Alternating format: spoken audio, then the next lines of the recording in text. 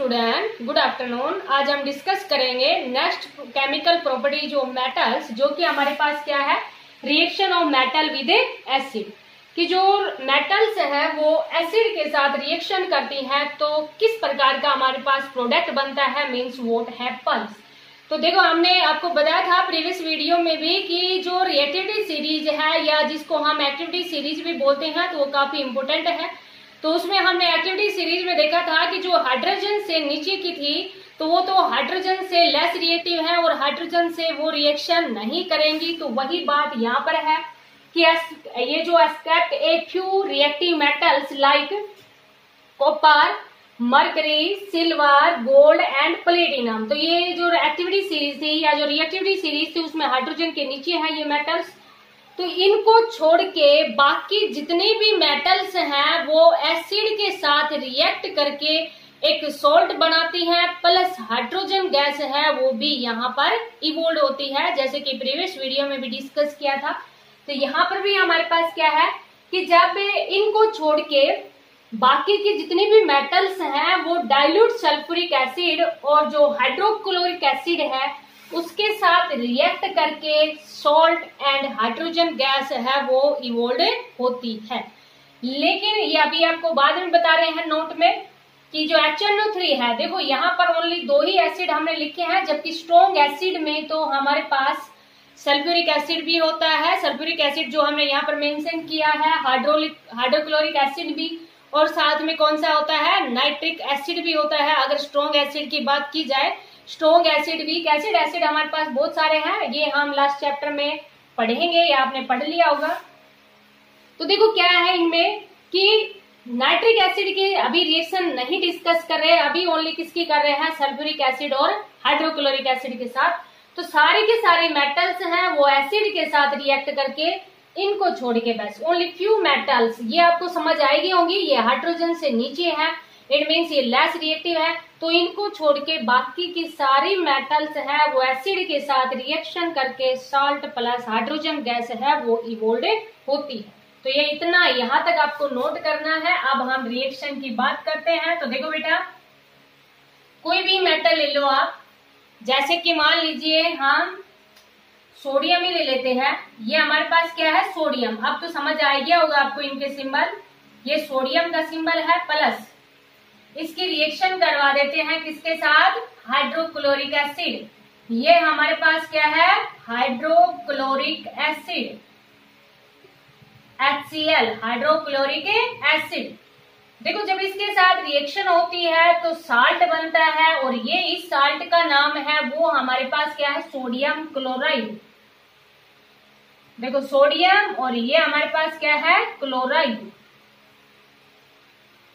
जिसको common salt भी कहते हैं, जो साधारण नमक होता है, प्लस हाइड्रोजन गैस है वो इवोल्व होती है। समझ आया बेटा? बैलेंस करने के लिए बहुत ही सिंपल है। देखो इधर आपके पास 2 हाइड्रोजन है, इधर 1 हाइड्रोजन है, तो यहाँ 2 से मल्टीप्लाई कर दिया। आप Cl है उसको बैलेंस कर लिया, सोडियम को बैलेंस कर लिया। समझ में आया बेटा? तो क्या हुआ हमारे पास कि जितनी भी जो मेटल्स हैं ओनली फ्यू को छोड़ के सारे के सारे मेटल्स हैं वो HCl और H2SO4 के साथ रिएक्ट करके, H2SO4 क्या है, सल्फ्यूरिक एसिड, उसके साथ रिएक्ट करके साल्ट प्लस हाइड्रोजन गैस है वो इवोल्व होती है। तो ये आप नोट कर लेना। अब सोडियम की रिएक्शन है वो हम किसके साथ करवाते हैं, H2SO4 के साथ करवाते हैं। H2SO4 हमारे पास क्या है, सल्फ्यूरिक एसिड, सल्फ्यूरिक एसिड। तो देखो जब ये H2SO4 के साथ रिएक्ट करती है सोडियम तो हमारे पास क्या बनता है, Na2SO4। ये आपको बता ही दिया था बेटा कि एक जो Na होता है ना उसकी वैलेंसी +1 होती है, तो 2 है तो कितनी हो जाएगी, यहाँ पर 2 क्यों लिया, पहले तो देखो ये ले लेते हैं, सोडियम सल्फेट ले लेते हैं, तो एक सल्फेट की -2 होती है और एक सोडियम की +1 होती है, तो यहाँ 2 से उसको बैलेंस करने के लिए 2 एटम लेने पड़ेंगे, इसलिए क्या ले लिया, Na2SO4 प्लस H2।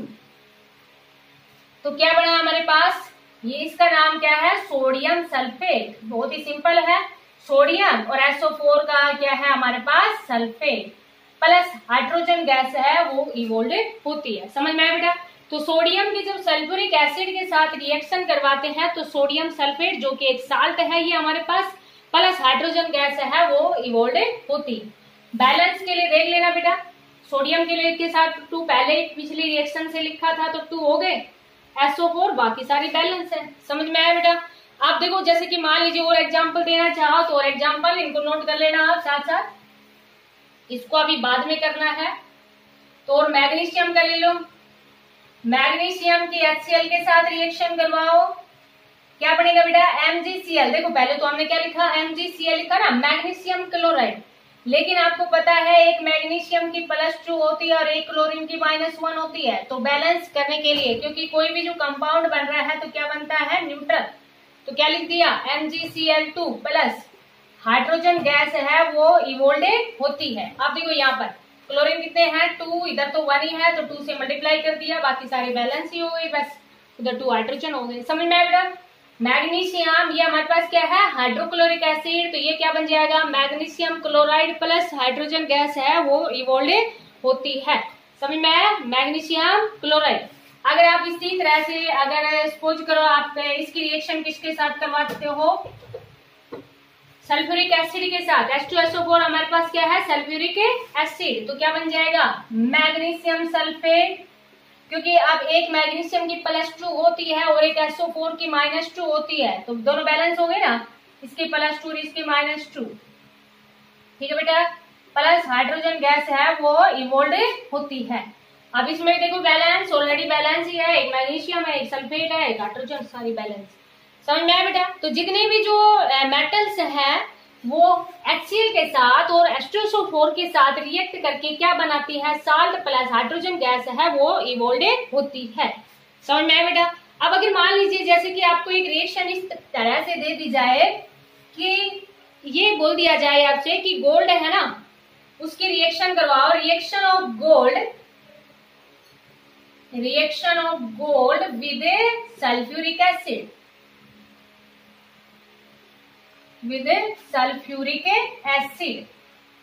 ठीक है बेटा। Reaction of gold with sulphuric acid, sulphuric acid क्या होता है H2SO4, बताओ बेटा क्या बनेगा? कुछ भी नहीं बनेगा ना, नो रिएक्शन, कोई रिएक्शन नहीं होगी। क्यों नहीं होगी?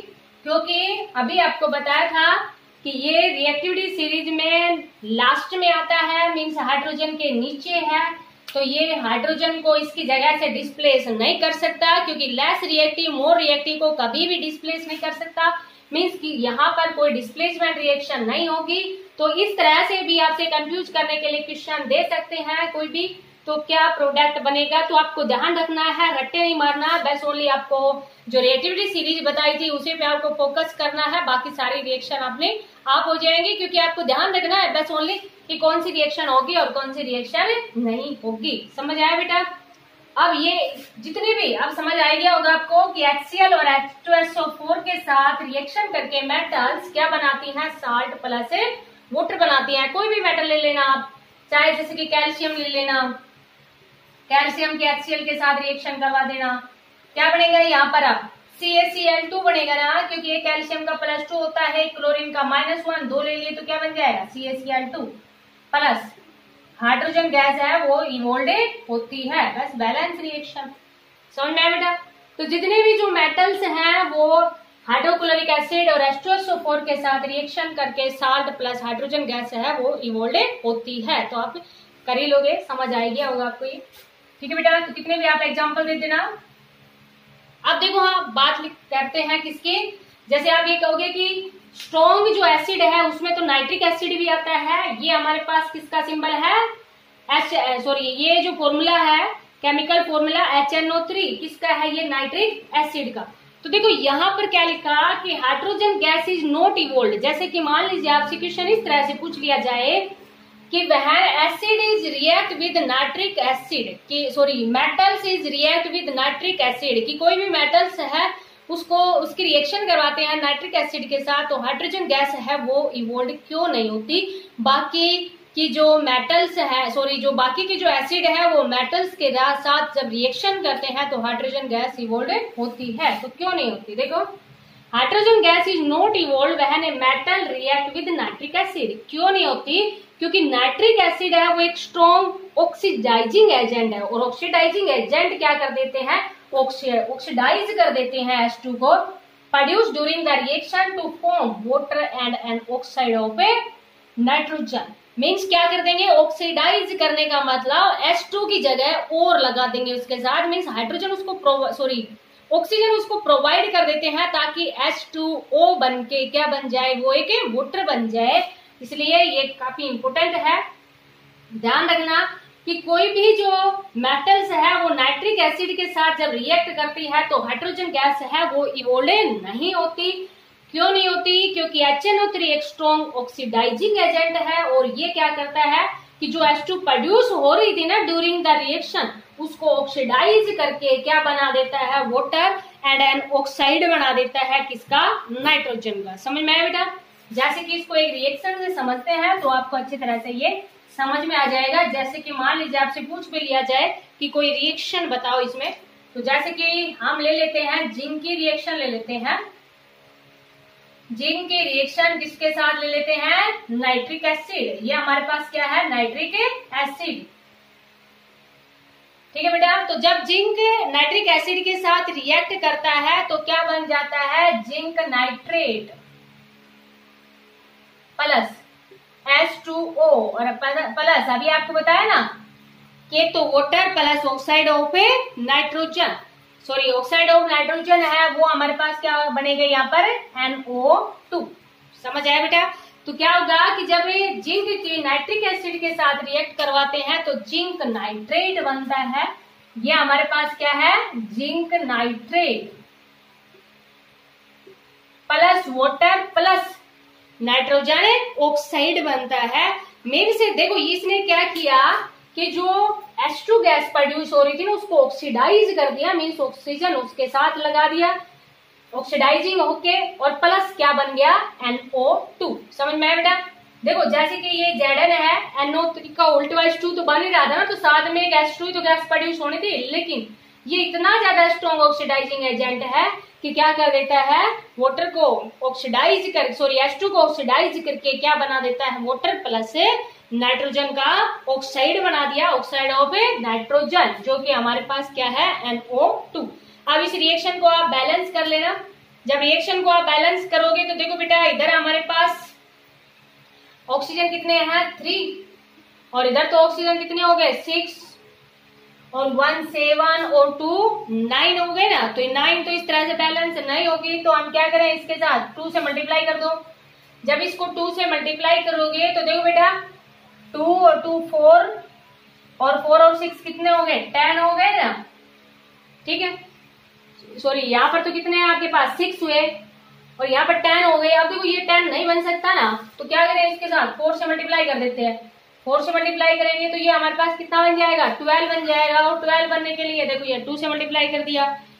ठीक है बेटा, जब यहाँ 2 से मल्टीप्लाई किया या इसको ही 2 से मल्टीप्लाई कर देते, नहीं तो फिर जिंक अनबैलेंस हो जाएगा, क्योंकि नाइट्रोजन भी हो जाएगा ना यहाँ से।